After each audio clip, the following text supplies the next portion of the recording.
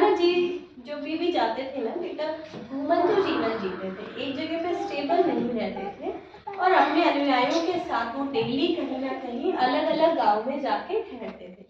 ऐसे ही एक गांव में वो गए, है ना, और वहां पे जहाँ वो जाते थे ना बेटा, तो उनके अनुयायी या उनको फॉलो जो करते थे, उनके फॉलोअर्स उनके और उनके साथ में चलते थे। तो जिस भी गांव में वो ठहरते थे, विलेज ही हुआ करते थे पहले या शहर कह लीजिए, तो वहां पे आसपास के लोग उनके लिए खाना लेकर आते थे, खुद नहीं बनाते थे ना। इतने लोग थे उनको चाहने वाले, उनकी बातों को मानने वाले कि वो जहाँ जहाँ जाते लोग स्वयं भी उनको खाने के लिए इनविटेशन देने आते थे।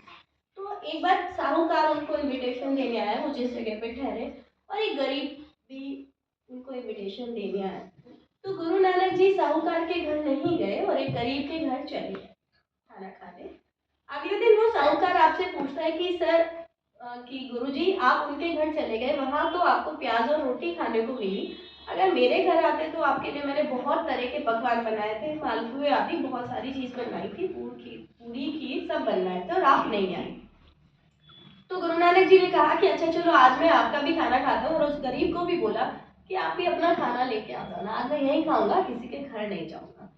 तो गुरु नानक जी ने जैसे उस गरीब की थाली से चपाती उठाई और उसको ऐसे दबाया, तो उसके अंदर से दूध निकला, और जो साहूकार के उसमें से पूरी और हलवा जो पुआ मालपुआ उन्होंने बनाया था उसको ऐसे निचोड़ा तो उसमें से खून निकला। तो गुरु नानक जी ने कहा कि देखो ये अंतर है, गरीब किसान ने अपनी मेहनत से एक एक रुपया जमा करके और खाना बनाया और उसे मुझे परोसा, तो उसमें उसका पसीना मिला हुआ, उसकी मेहनत मिली हुई है, उसने जो ईश्वर का वरदान है उसको कि मेहनत से वो कमा रहा है वो मिला हुआ। लेकिन आपने गरीबों का खून चूसा है, गरीबों के साथ शोषण किया हुआ है, अन्याय से आपने ये धन कमाया, उस धन से आप ये खाना मेरे लिए लेके आए, तो इसमें गरीबों का खून मिला हुआ है कि जिनकी मेहनत का पैसा आपने उनको नहीं दिया, तो ये डिफरेंस है, इसलिए मैं आपके घर नहीं आया। तो सेठ बहुत नतमस्तक हो गया कि उसको समझ भी आ गई उसकी गलती, क्योंकि अमीर होना बड़ी बात नहीं है, लेकिन आप अमीर बने कैसे वो बड़ी बात है, आपने कैसे वो धन कमाया वो बड़ी चीज है। फिर गुरु नानक जी जब जा रहे थे उस गांव से, तो उस गांव को उन्होंने आशीर्वाद दिया कि उजड़ जाओ, उस गांव के लोगों को आशीर्वाद दिया उजड़ जाओ। वो आगे दूसरे गांव में जाते हैं तो वहां पे उनको तिरस्कार मिलता है, अपमान मिलता है, कोई उनको खाने के लिए कहता नहीं है, कोई उनका सत्कार नहीं करता, मान सम्मान नहीं करता। तो जब वहां से गुरु नानक जी जाने लगते हैं तो कहते हैं आबाद रहो, आबाद रहो का मतलब इसी गांव में बसे रहो।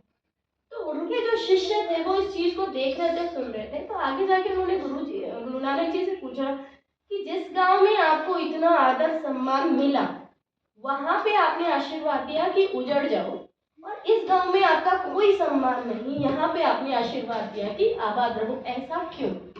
तो गुरु नानक जी ने बहुत सुंदर उत्तर दिया कि जिस गांव में मेरा इतना मान सम्मान हुआ, मेरा हुआ मतलब गुरुओं का हुआ, यानी सत्कर्मी लोगों का हुआ, तो उनको मैंने आशीर्वाद दिया कि उजड़ जाओ मतलब कहीं कहीं फैल जाओ। तो जितना आप जाके फैलोगे उतना आप धर्म का प्रचार करोगे, उतना अच्छे लोगों का प्रचार करोगे, उतनी अच्छी बातें खुद सीखोगे और दुनिया को सिखाओगे। इसलिए मैंने कहा उजड़ जाओ कि अलग अलग जगह फैल जाओ। और जिस गांव में सत्कार नहीं मिला, तिरस्कार मिला, वहां पे मैंने कहा आबाद रहो। क्यों? क्योंकि आप वहीं रहिए, क्योंकि आप अपने गलत काम फिर पूरे जगह फैला दोगे, इसलिए आप उसी जगह तक सीमित रहिए, कहीं मत जाइए, वहीं पे अपने बुरे कर्म फैलाते रहिए। समझे इन चीजों को कितनी बड़ी, और ये फैक्ट है, इसमें एक भी शब्द मेरा मिलाया हुआ नहीं है, ये सच्चाई है, एक एक शब्द इस कहानी का सच है। ऐसा ही होता है और ऐसा आपको बनना है, समझ गए?